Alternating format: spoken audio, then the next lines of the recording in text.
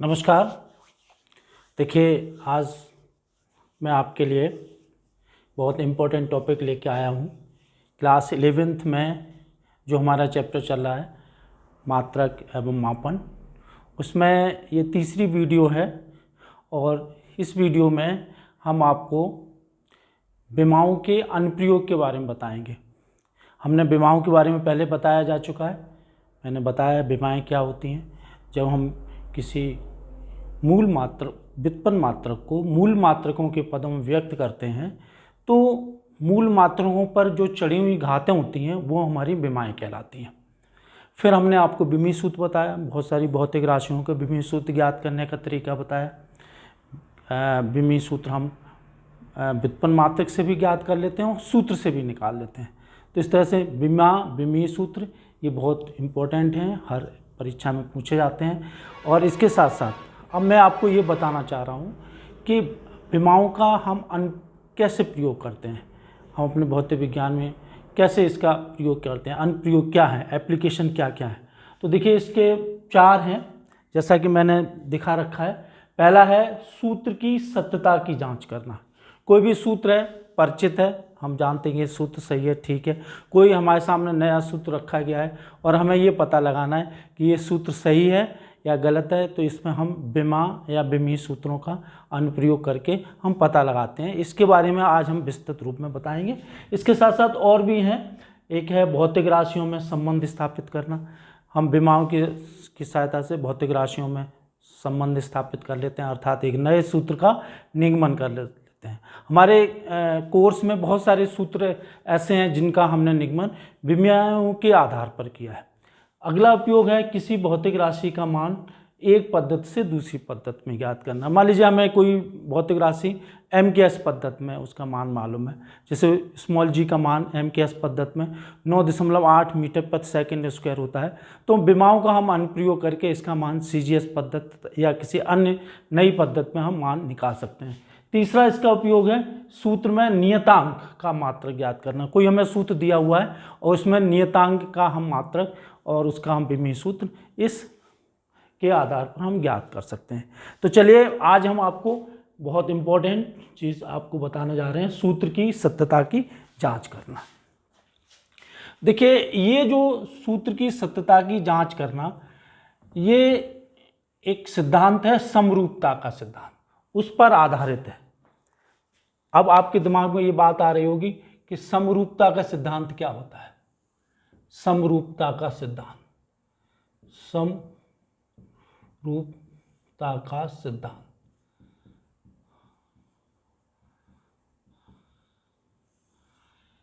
इसको आप ऐसे समझिए। समरूपता का सिद्धांत का मतलब ये होता है कि एक ही प्रकार की राशियों को हम जोड़ सकते हैं, विभिन्न प्रकार की राशियों को हम नहीं जोड़ सकते हैं, अर्थात जिनके विमीय सूत्र समान होते हैं मोटे तौर से। जैसे हम लंबाई में लंबाई जोड़ सकते हैं, जैसे 2 मीटर तार है, उसमें 3 मीटर तार को और जोड़ करके तो 2-3 बराबर हम ये कह सकते हैं कि ये 5 मीटर तार है। तो तार की लंबाई में किलोग्राम नहीं, वजन नहीं जोड़ा जा सकता, क्योंकि किलोग्राम उसका विमीय सूत्र कुछ होता है, मात्रा का विमीय सूत्र कुछ और होता है, लंबाई का विमीय सूत्र कुछ और होता है। तो इनको विभिन्न विमीय सूत्रों वाली राशियों को नहीं जोड़ा जा सकता है। कहने का मतलब यह है कि L प्लस L बराबर L, तो इसमें विमीय सूत्र, इसका विमीय सूत्र और इसका विमीय सूत्र समान हो तो हम इन दो राशियों को जोड़ सकते हैं। इसी तरह से समान प्रकार की विमीय राशियों को हम घटा सकते हैं और जो हमारी घटाई हुई राशि आएगी उसका विमीय सूत्र, इसका विमीय सूत्र और इसका विमीय सूत्र समान होगा। अब जैसे मैं आपको एक उदाहरण ले रहा हूँ। 1 मीटर लंबाई और 10 मीटर लंबाई, इसको जोड़ा जा सकता है, तो ये होगी 11 मीटर। तो ये समान प्रकार की राशि हैं। अब यहाँ पे ये चीज़ संभव नहीं है, 1 मीटर और 10 किलोग्राम, इसको जोड़ना संभव नहीं है। क्यों नहीं है? क्योंकि इनकी विमाएं अलग अलग हैं। तो एक ही प्रकार की राशियों को जोड़ा जा सकता है, लंबाई में लंबाई को जोड़ा जा सकता है, द्रव्यमान में द्रव्यमान में जोड़ा जा सकता है, त्वरण में जोड़ा जा सकता है। त्वरण में हम वेग को नहीं जोड़ सकते, ऐसा नहीं संभव है। तो ये समरूपता का सिद्धांत है। अब इस सिद्धांत के अनुसार सूत्र की सत्यता की जांच करने का मतलब क्या है। देखिए कोई भी हम सूत्र लिखते हैं तो उसमें दो पद होते हैं, एक लेफ्ट हैंड साइड होता है, एक राइट हैंड साइड होता है। कोई भी सूत्र लिखें, जैसे हमने ये लिखा t is equal to 2π√L/g, तो ये जो पद होगा वो लेफ्ट हैंड साइड होगा, ये जो पद होगा वो राइट हैंड साइड होगा। तो अगर दोनों पदों के दोनों साइड के, लेफ्ट हैंड साइड और राइट हैंड साइड के विमीय सूत्र समान है तो वो हमारा सूत्र सही होगा, अन्यथा वह सूत्र गलत होगा। तो इसको सैद्धांतिक रूप से ये कहेंगे, यदि किसी सूत्र के दोनों पक्षों लेफ्ट हैंड साइड तथा राइट हैंड साइड का विमीय सूत्र या की विमाएं समान है तो वह सूत्र सही होगा, सही होगा, अन्यथा गलत होगा। कहना मतलब इधर का विमीय सूत्र और इधर का विमीय सूत्र समान आता है तो वो सूत्र सही होगा, अगर समान नहीं आता है तो सूत्र वो गलत होगा। कहने का मतलब यह है कि LHS का विमीय सूत्र बराबर RHS का विमीय सूत्र तो सूत्र सही होगा। और अगर बराबर नहीं है, LHS का विमीय सूत्र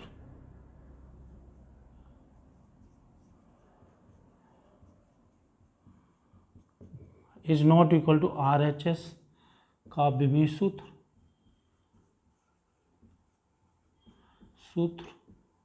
तो सूत्र ये गलत होगा। ये चीज़ ध्यान में रखते हुए हम आपको कुछ प्रश्न करा रहे हैं, कुछ एग्जाम्पल्स करा रहे हैं, इनको आप समझने का प्रयास करिए तो ये आपको एप्लीकेशन अच्छी तरह से समझ में आ जाएगा। तो देखिए पहला एग्जाम्पल है सूत्र V is equal to √2GH की सत्यता की जांच करो,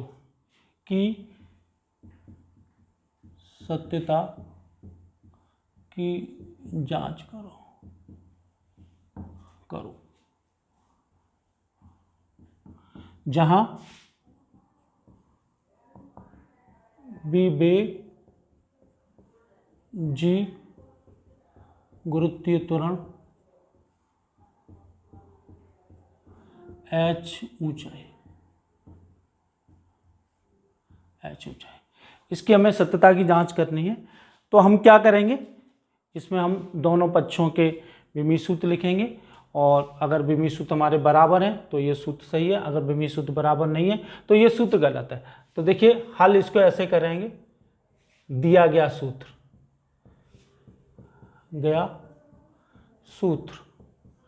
V इज इक्वल टू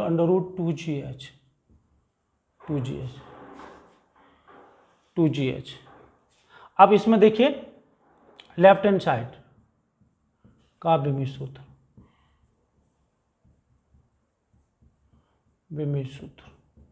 ये होगा, ये बेग है तो इसका विमीय सूत्र होगा LT-1। राइट हैंड साइड का विमीय सूत्र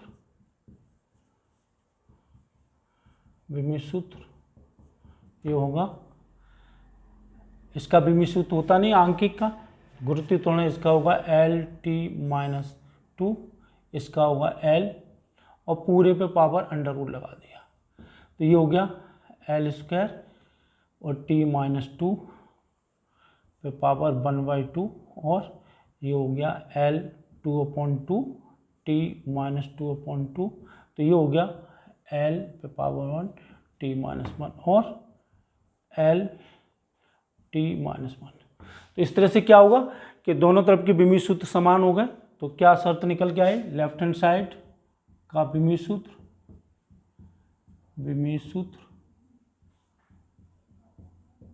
बराबर राइट हैंड साइड का विमीय सूत्र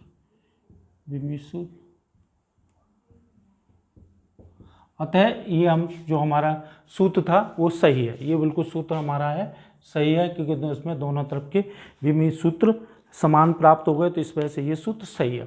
अब देखिए अगली बार अगला एक और एग्जाम्पल लेते हैं।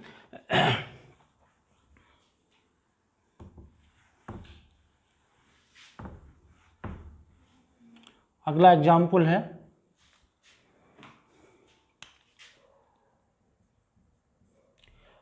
S is equal to u t plus half a t की सत्यता की जांच करो,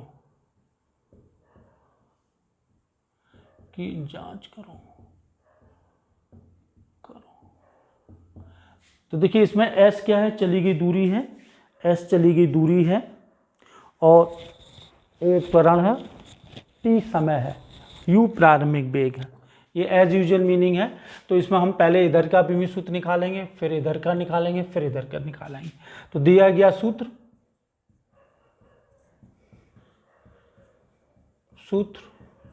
S is equal two plus half a T, तो ये होगा लेफ्ट हैंड साइड, ये होगी RHS1, ये होगी RHS2। तो देखिए सबके विमीय सूत्र समान होने चाहिए, इसका विमीय सूत्र, इसका विमीय सूत्र, इसका विमीय सूत्र समान है, तो ये सूत्र सही है, अन्यथा ये सूत्र गलत है। तो LHS का विमीय सूत्र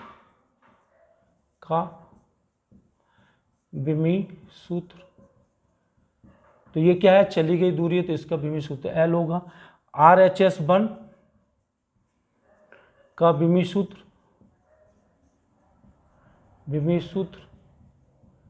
ये होगा, ये U है तो इसका वेग LT-1 और T, तो ये हो गया L। RHS2 का विमीय सूत्र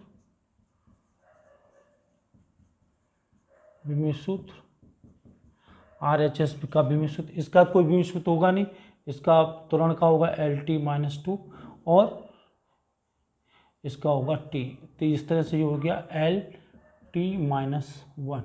तो देखिए इन दोनों के विमीय सूत्र तो समान आ रहे हैं, लेकिन इसका विमीय सूत्र समान नहीं है, अतः हम ये कहेंगे कि ये जो सूत्र है S is equal to u t plus half a t square गलत है, क्योंकि इसका विमीय सूत्र और इसके तो समान आ रहे हैं, लेकिन इसका विमीय सूत्र समान नहीं आ रहा है। आपको पता है अगर यहाँ स्क्वायर होता तो ये इन तीनों के विमीय सूत्र समान होते, तो ये हमारा सूत्र सही होता। इसी तरह से अब हम ये मान के चलते हैं कि अगर सूत्र सही है, अगर कोई सूत्र सही है, तो इसमें जो अन्य अज्ञात राशियां हैं उनके विमीय सूत्र हम कैसे ज्ञात करेंगे। देखिए एक इस टाइप का एक क्वेश्चन ले रहे हैं, इसको आप समझने का प्रयास करिए। एक समीकरण दिया हुआ है,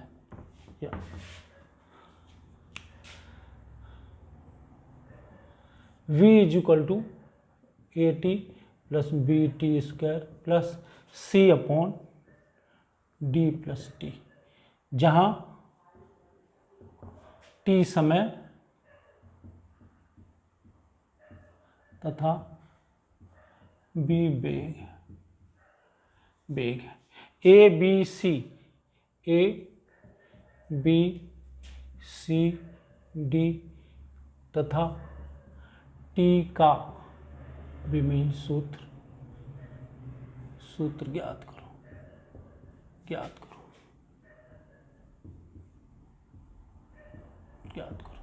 इस क्वेश्चन को आप नोट कर लीजिए और थोड़ा सा समझने का प्रयास करिए कि ये प्रश्न में क्या कहा जा रहा है, ये थोड़ा सा समझिए। इसमें ये कहा जा रहा है कि ये सूत्र सही है, मानते हम ये सूत्र सही है, और इसमें B वेग है और T समय है, तो A B C और D के विमीय सूत्र ज्ञात करते हैं। तो देखिए इसमें हर एक पद का विमीय सूत्र वेग के विमीय सूत्र के बराबर हुआ। सूत्र क्या दिया हुआ है, सूत्र दिया है V is equal to a t plus b t square plus C upon d plus t. तो देखिए इसमें इसका भी विमीय सूत्र वेग के बराबर होगा, इसका भी विमीय सूत्र वेग के बराबर होगा, इसका भी विमीय सूत्र वेग के बराबर होगा, तभी हमारा वेग निकल के आ पाएगा। ये समरूपता के सिद्धांत पर आधारित है, प्रत्येक पद का विमीय सूत्र वेग के विमीय सूत्र के बराबर होगा। तो इसमें देखिए ए टी का विमीय सूत्र विमीय सूत्र किसके बराबर, वेग के विमीय सूत्र है, तो ये होगा LT-1 और A का विमीय सूत्र, विमीय सूत्र और इसका विमीय सूत्र है T बराबर LT-1 और A का विमीय सूत्र, विमीय सूत्र बराबर LT-1 अपॉन T बराबर LT-2। दूसरा है BT स्क्वायर का विमीय सूत्र,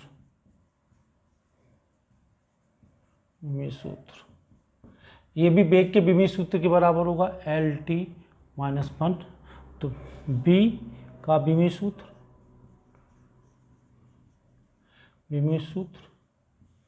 इंटू T बराबर LT-1। तो B का विमीय सूत्र किसके बराबर हो जाएगा, B का विमीय सूत्र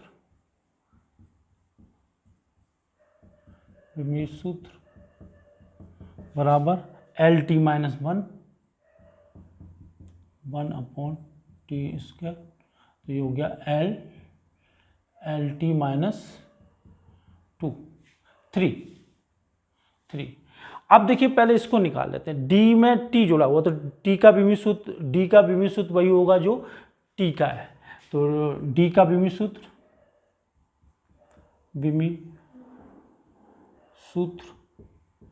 बराबर ये T होगा। अब देखिए इस पूरी राशि का विमीय सूत्र वही होगा जो वेग का विमीय सूत्र होगा। तो C का विमीय सूत्र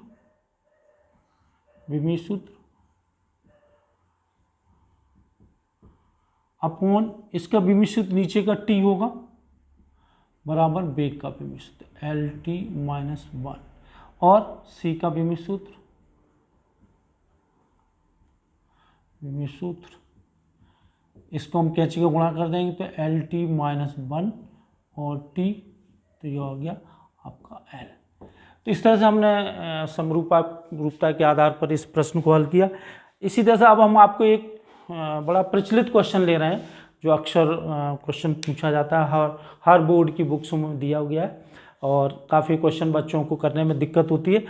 वो है हमारा ऊष्मा जब पढ़ाई जाएगी तो उसमें एक गैस समीकरण के जैसा एक सूत्र आता है। उस सूत्र वो है जो गैस समीकरण है वो वास्तविक गैसों के लिए लागू होता है। वो सूत्र इस तरह से लिखा जाता है P + A/B² V - B = RT। प्रश्न ये है, सूत्र P + A/B B - B = RT में A तथा B का विमीय सूत्र ज्ञात करो।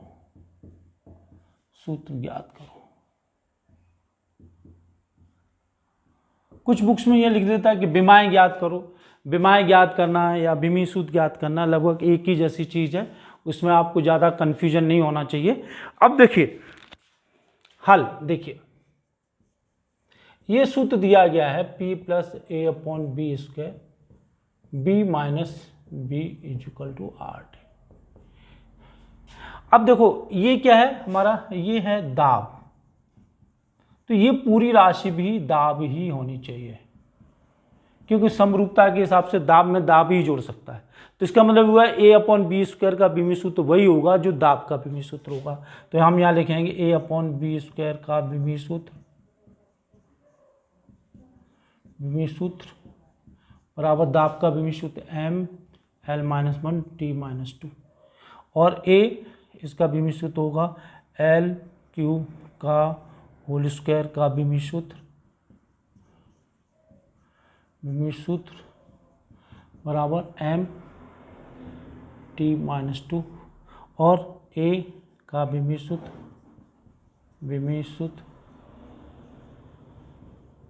ये हो गया ML-1 T-2 इंटू L6, तो ये हो गया ML5 6 में 1 बन गया t-2। ये तो आ गया ए का विमीय सूत्र। अब इसी तरह से यहाँ पर देखिए b माइनस बी, बी आयतन है तो आयतन में से आयतन घट सकता है, ये आयतन है, आयतन,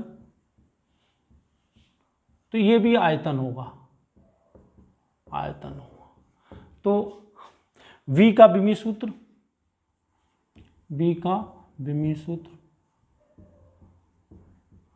सूत्र बराबर आयतन का विमीय सूत्र,